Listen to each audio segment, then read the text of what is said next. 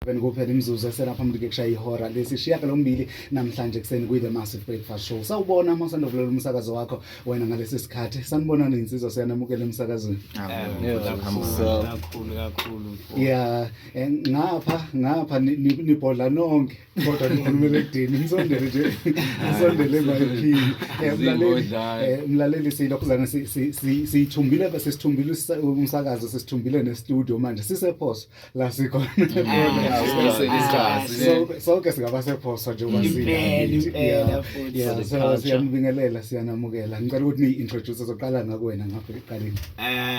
Mina ke igama ngubheka umuzi ngakasibeko.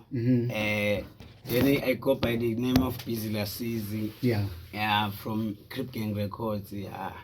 Into kanjalo nje yabo. Umephoswa ngakamagwinsi. Shout out to Goma Queens. No, I'm Dizzy Davis already. Abanye bangazi. I've been here before. Nami ngisoka khona ephoso nawo abafethu laba. You know what it is. Shout out to all bonke abafethu abakhona siphila nabo. Senu ukhale kakhulu kayizola ne. Uzoba in tune with us. Ngicabanga ukuthi nje ngabe yilokho kakhulu sibonga kakhulu nabantu abalalele kumanje umsakazweni. Yeah, ngithi mawuthi uzothi bayangazi ngithi uzothi ngifamous vele. Hayi kusase Yeah, ngizocela ukuthi usebenzise le i-mic ngapha. Thank you for the chance. Once again like mina ngumabandla ngakamnisi sibongo ngihlala khona la elokushini eMkhondo.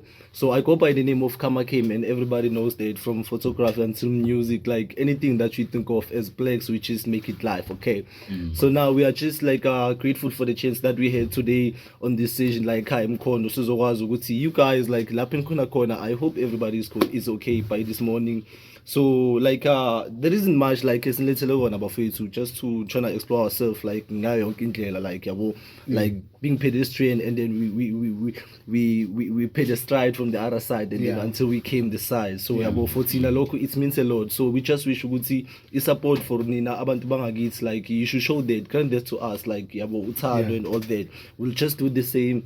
So yeah, for now, like thank you so much to everybody who's listening to this show right now. Shout out.